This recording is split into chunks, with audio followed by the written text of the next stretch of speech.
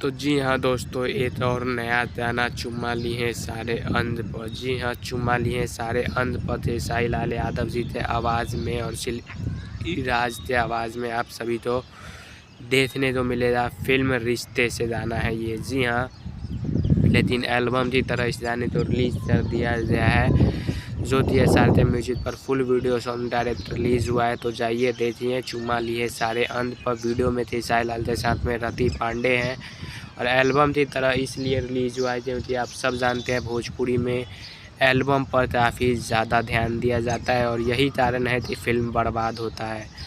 तो वही फिल्म है रिश्ते और उसी फिल्म का ये गाना है, लेकिन इसे एल्बम की तरह रिलीज़ किया गया है जिससे कि पब्लिक इसे एल्बम की तरह ज़्यादा से ज़्यादा सुने और शेयर करे।